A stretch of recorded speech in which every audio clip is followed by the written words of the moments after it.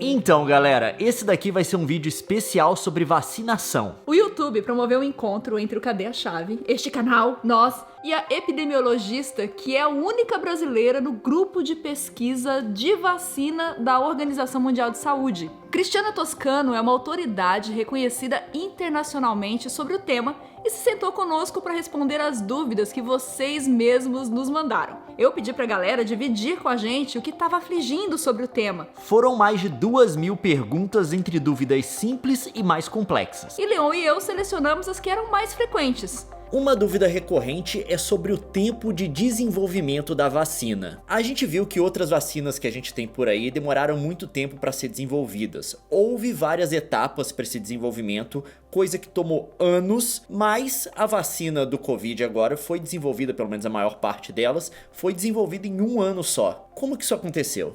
É uma combinação de fatores, né? Antigamente as vacinas levavam 30 anos para serem desenvolvidas e quando a gente vai avançando, né, na ciência, no desenvolvimento tecnológico, a gente consegue articular para as coisas acontecerem um pouquinho mais rápido, de maneira mais otimizada. Mas em particular para as vacinas da Covid, são 2 os principais motivos. A primeira coisa que você precisa saber é que, embora a Covid tenha surgido em 2019, o coronavírus é parte de uma grande família e os seus irmãos mais velhos já vinham sendo estudados há anos. Vários grupos de pesquisa que estavam estudando vacinas contra outros coronavírus, SARS e MERS. Então, isso já estava em andamento. Esses estudos se valeram quase de um trampolim, que são esses estudos que estavam sendo feitos para os outros coronavírus. A segunda razão para a vacina ter ficado pronta num tempo recorde foi a tecnologia. A tecnologia não só mudou a sua vida, tá? Te deu o celular que tá no seu bolso agora, com o qual você provavelmente está vendo esse vídeo,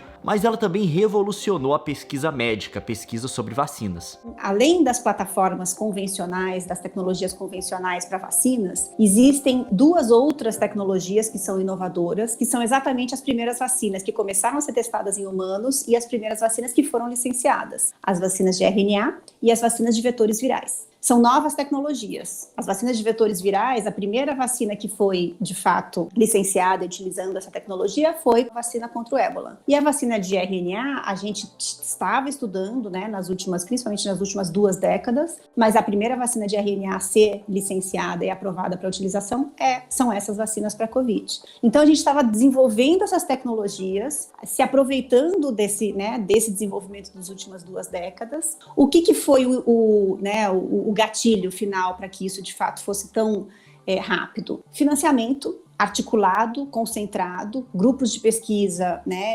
articulados e com uma coordenação internacional forte e um trabalho conjunto e colaborativo. Mas vocês queriam saber se essa aceleração do processo de produção das vacinas e tal, se isso comprometia a segurança. Quando a gente encurta esse período, a gente tem algumas etapas que normalmente são consecutivas, que passam a ser paralelas. Mas tem algumas etapas, como as avaliações de segurança, e aí principalmente nos ensaios clínicos de fase 3, que são as maiores, as últimas, dos estudos em humanos e que precisam de testar 30, 40, 50 mil participantes, que não podem ser eliminadas e nem feitas em paralelo. Então a gente consegue otimizar com algumas coisas, mas outras coisas a gente tem que manter, exatamente para a gente conseguir, de fato, garantir a segurança e garantir uma adequada mensuração da eficácia. O processo para testar a segurança de uma vacina é tão criterioso que é justamente esse o motivo pelo qual crianças não são vacinadas ainda. É porque o teste não chegou até elas. Então a vacina foi testada em adultos, esperou-se um tempo, se incluíram os idosos, esperou-se um tempo, agora já se incluíram os adolescentes que estão sendo avaliados e há 2 semanas atrás já iniciaram estudos clínicos em crianças. Então é uma contraindicação no momento, porque a gente não tem dados ainda, mas que no futuro próximo a gente tem a previsão de fato ter estudos de eficácia e segurança também em crianças. A partir desse momento, aí, a depender dos resultados do estudo, pode ser que isso não seja mais uma contraindicação. A gente já sabe como vacinas funcionam. As vacinas do Covid, embora tenham tecnologias diferentes, seguem o mesmo princípio, que é expor o nosso sistema imunológico ao vírus de uma forma controlada, para que o nosso sistema imunológico aprenda a reconhecer e combater esse vírus. É por causa da vacina que algumas doenças que causavam mortes e sequelas foram totalmente controladas. Cada tipo de vacina é aplicado de acordo com o que a ciência aponta como mais eficaz. Para a Covid, isso também foi feito. Nos estudos de fase 2, que são exatamente quando se avalia concentração da dose e número de doses, então se compara uma versus 2 doses, se observou para a maioria das vacinas, né, a gente tem apenas uma agora vacina que foi registrada, inclusive essa semana pelo FDA, está sendo avaliada agora por nós na OMS, que tem uma dose, as outras todas 2 doses. Então se observou que 2 doses estimulava melhor a resposta imune. Isso se chama esquema de vacina. Cada vacina tem o seu esquema, para cada doença e para cada vacina, porque as tecnologias utilizadas, a dose, a concentração da dose utilizada, tudo isso vai influenciar. O que acontece se uma pessoa tomar uma dose só? Ela não vai ter a melhor proteção, ela vai ter uma proteção parcial. A gente tem Coronavac, Pfizer, AstraZeneca, Johnson & Johnson.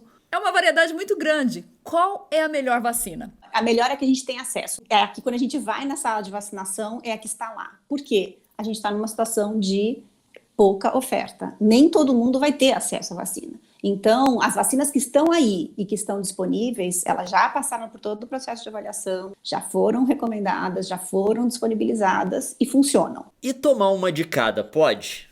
Não, não pode. E a resposta é muito simples, isso não foi avaliado. Então, como isso não foi avaliado, a gente não sabe a segurança disso e a gente não sabe se funciona. E isso é importante porque, na verdade, todo esse processo de resposta imune a uma vacina é um processo muito complexo. Não é sim e não, sabe? Tem vários graus, tem várias formas de resposta, tem vários anticorpos que se produzem, tem várias moléculas de imunidade celular que são produzidas. E então, tecnologias diferentes estimulando uma resposta imune em doses diferentes não é uma boa, não pode, é contraindicado. Mas dá pra comparar, porque a minha mãe já tomou vacina, ela é profissional de saúde, ela tomou a AstraZeneca. Só que a mãe da Nilce tá na fila pra tomar vacina também, ela provavelmente vai tomar a Coronavac. Uma vai estar mais protegida que a outra? Então, essa é uma pergunta excelente. 2 questões. Primeiro, quando a gente fala assim, a vacina tem eficácia de tanto e a outra vacina tem eficácia de tanto. Esses números, eles não são comparáveis, por incrível que pareça. Quando você desenvolve o estudo, a definição do que você considera um caso de Covid pode mudar. Tem estudos, por exemplo, do Butantan, dado de eficácia de 50 e pouquinho %, é qualquer caso de Covid. Se você tiver um sintoma, uma dor de barriga, uma dor de cabeça, uma dor de garganta só, sem mais nada, eles já consideraram Covid. Tem outros estudos que consideraram os casos que tem que ter pelo menos 2 ou 3 sintomas. E isso, a gente, em epidemiologia, a gente chama isso de definição de caso para um desfecho de um estudo de eficácia. Se a definição de caso for diferente, e elas de fato são, é impossível fazer uma comparação direta dessa eficácia. Mas o que dá para a gente fazer? E é isso que tem norteado as nossas recomendações. Caso grave,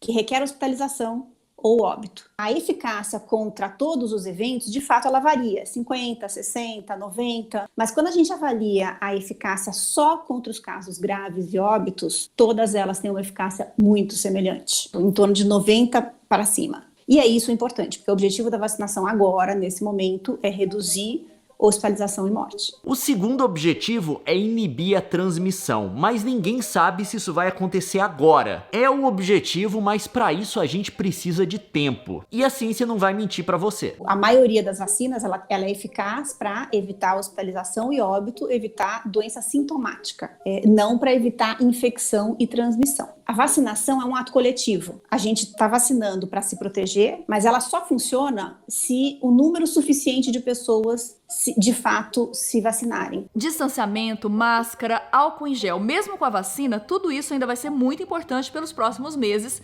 principalmente para tentar frear a velocidade com que o vírus sofre mutações. As variantes, elas são esperadas, né? Faz parte da evolução natural de um ser vivo. No caso do coronavírus, é composto por RNA, ele sofre mais mutações do que vírus compostos por DNA. Se a gente for ver todas as linhagens, as mutações e as variantes desde o início da pandemia, lá em março, inúmeras. O que geralmente acontece? Geralmente essas mutações não são suficientes para conferir uma mudança de comportamento do vírus. Tem então as novas variantes. As novas variantes, elas são, na verdade, elas em geral são um conjunto de mutações que conferem uma vantagem adaptativa para o vírus. Primeiro, ele predomina em relação às outras variantes que estavam circulando. Seleção natural a olho nu. Darwin deve estar se vangloriando de observar isso tudo.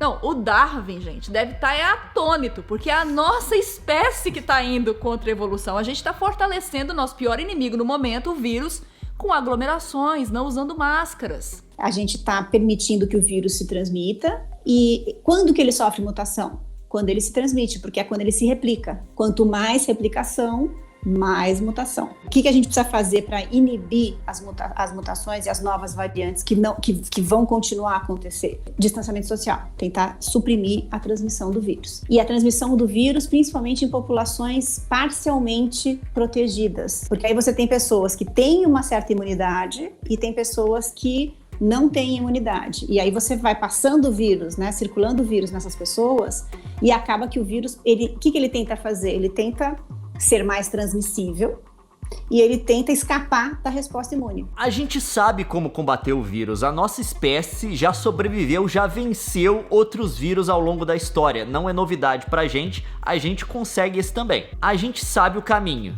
Vacinação rápida para diminuir o número de suscetíveis e diminuir a transmissão do vírus na população e distanciamento social. São as únicas duas coisas que a gente precisa fazer para reduzir a velocidade do desenvolvimento das novas variantes.